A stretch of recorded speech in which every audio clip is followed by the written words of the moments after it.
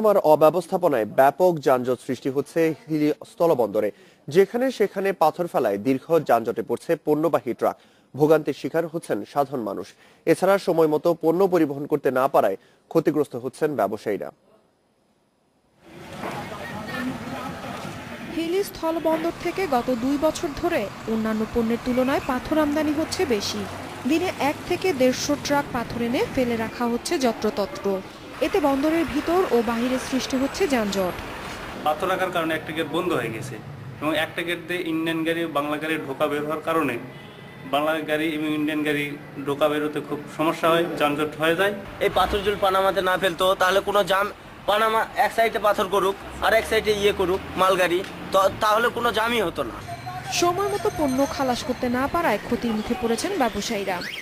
যে কাজটা আমরা রাত্রি 8টা-9টার মধ্যে কাজ সেরে ফেলতে পারবো, সেই কাজটা আমাদের সারতে হচ্ছে 12টা-1টা পর্যন্ত। এতে আমাদের খরচ যেরকম বাড়ছে তেমনি এক্সপোর্টের যে চাহিদাটা সেটাও পূরণ হচ্ছে না। পাথর বেশি আসায় গত কয়েক বছর ধরে কমেছে অন্যান্য ভোগ্যপণ্য আমদানি।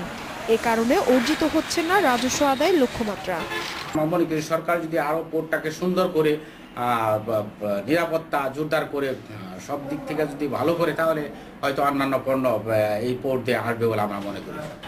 পরিকল্পিতভাবে পাথর আমদানি না করলে বন্দরে স্থবিরতা সৃষ্টির আশঙ্কা করছেন ব্যবসায়ীরা। Independent news.